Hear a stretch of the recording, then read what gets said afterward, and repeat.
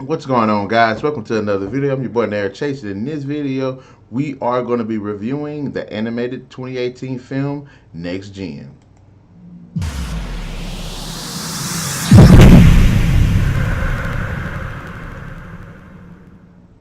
Next Gen basically follows this girl named Mai who ends up coming across this super advanced robot, and they end up forming this friendship. Of course, there's more to the story than that. Oh, I had a really good time with this film. Just so much to like. The story isn't something that we have not seen before. It's actually been done several times to varying degrees. I actually think this time around it's actually done pretty well. There are some really good moments where you have emotion that actually adds to the character development for both characters, which I really liked.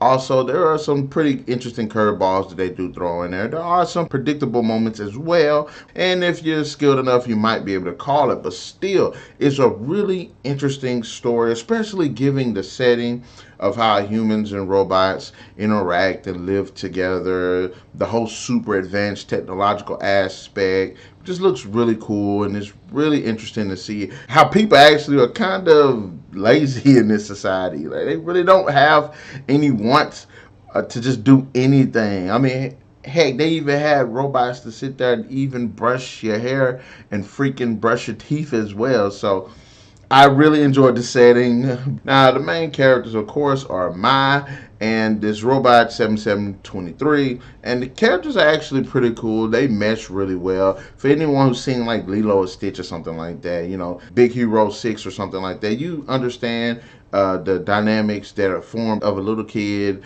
meeting some other being and where they become friends. You get, and it's really, really good. The main character, Mai, I think she felt really bratty at moments, but I love the character development that. And 7723 is actually a pretty cool character. Now, I compared this movie to Big Hero 6 for several reasons, even though there are reasons not to compare this to Big Hero 6.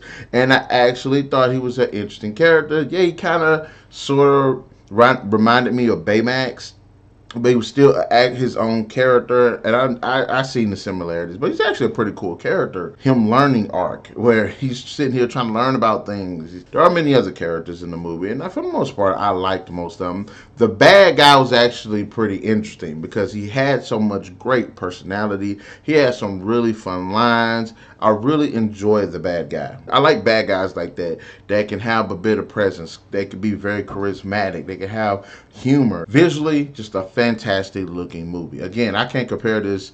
I can compare this movie to Big Hero 6 a lot, but the visuals are freaking amazing. Whether it's just a all around, just awe-inspiring view of the entire city, moments like that just look freaking phenomenal. The characters have depth, they have emotion to them. I really enjoyed that. The technological aspect of it, how it's designed, the color schemes, the lighting, everything just looks really good in this film. The voice performances are just freaking amazing, and there are some really good highlights when it comes to the casting in this movie, and they just make for a great ensemble, which I really, really enjoy. Didn't really feel like anyone just let me down or let the characters down in any moment. The soundtrack, the sound effects, everything just sounds amazing. It's just a great thrill ride. The movie itself just has so much going for it. There are some moments where I think they could have done a little bit more explanation as to why is this person dealing with this situation in the way they are. There is an event that happens in this girl's life, and it happens, but you don't really get a specific idea of what actually happened. Now, one thing I do want to point out that this movie does touch on is people's dependence on convenience, and it comes in the form of robots. You have robots that do just the simplest things a person could do. Brushing your teeth, why would you need a robot for that? Brushing your hair, why would you need a robot for that? Just for simple things. And I think that that is an important thing to kind of touch on, because even though the movie doesn't do like a lesson on why we shouldn't do it, hell, there was even a moment where you see kids were playing soccer, but they weren't actually playing soccer. The robots were playing soccer for them. So I thought that was an interesting bit that they did put into the writing. I thought the dialogue was good. I thought it was fun. I thought it was meaningful at other moments as well.